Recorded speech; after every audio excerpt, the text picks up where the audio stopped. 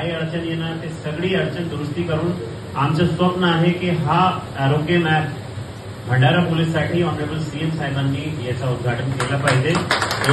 जर pilot project आमचा successful झाला आणि आम्हाला जे फीडबॅक लोकांकडून मिळाली, आमच्या कर्मचाऱ्यांकडून जर पॉझिटिव्ह फीडबॅक मिळाली तर नक्की आम्ही ऑनरेबल सीएम साहेबांच्या हस्ते याचं उद्घाटन एक दिवस करू.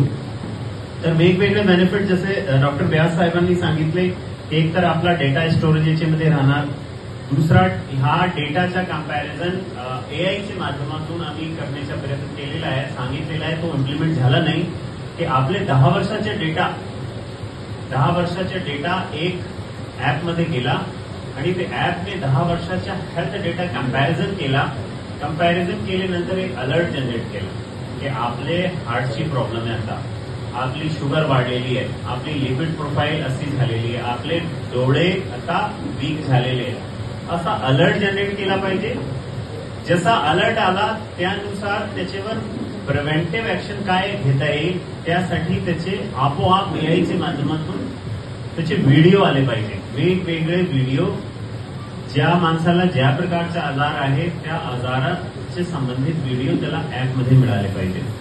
दुसरी गोष्टी, एकदा आजार झाला तर आजार कसे आपण थांबू शकतात, त्याला प्रिव्हेंट कसे करू शकतात, यासाठी जे काही प्रिव्हेंटिव्ह स्टेप आहे ते प्रिव्हेंटिव्ह स्टेप याच्यामध्ये राहणार.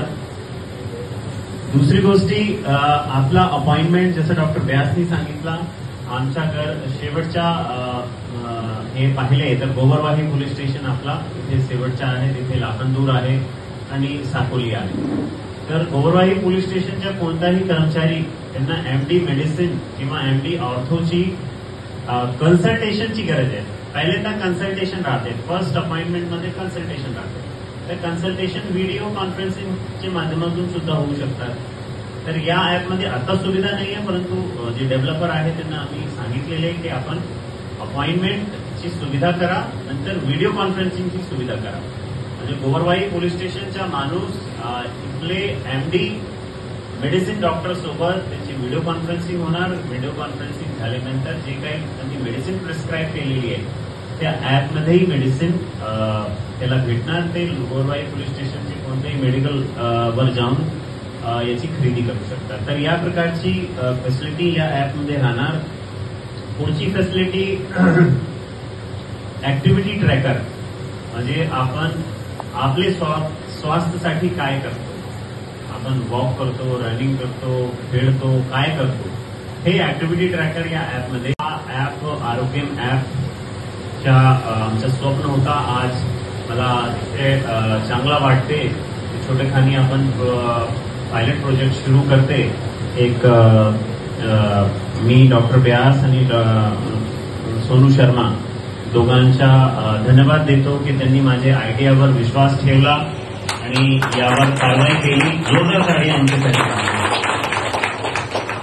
तर मला अशी अपेक्षा आहे की याचा वापर आमचे कर्मचारी अधिकारी मोठ्या प्रमाणात करणार. फर्स्ट टप्प्यामध्ये आम्ही कर्मचारी अधिकारी ठेवलेले, सेकंड टप्प्यामध्ये जे कर्मचाऱ्यांची फॅमिली आहे, त्यांचं जे पूर्ण कुटुंब आहे त्या कुटुंबाचा चेकअप आणि त्यांना सुद्धा याच्या माध्यमातून फॅसिलिटी मिळाली पाहिजे.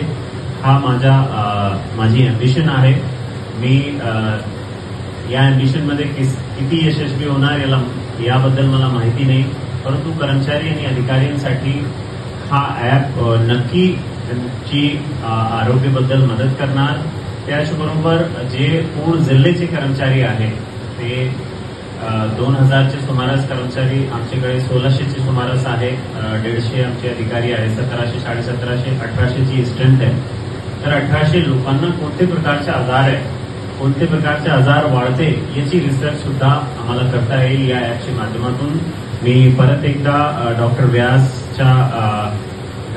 व्यासला आणि त्यांची पूर्ण टीमला धन्यवाद देतो की त्यांनी आमचे या आयडियावर विश्वास ठेवून आमची मदत केली आणि पोलिसांसाठी एक 5 स्टार दर्जेचा आरोग्य सुविधा यांनी उपलब्ध करून दिली. अशी आशा करतो की यापुढे आम्ही माझा ट्रान्सफर झाल्यानंतर सुद्धा या ऍपचा वापर लोक करणार आणि या डॉक्टर म्हणजे लक्ष हॉस्पिटल आमचे डिपार्टमेंटमध्ये या आरोग्याबद्दल जास्त ऍक्टिव्हिटी करणार, जास्त लोकांना अवेअरनेस करणार. परत एकदा सगळ्यांचा धन्यवाद. थँक्यू. जय हिंद, जय महाराष्ट्र. खूप खूप धन्यवाद सर.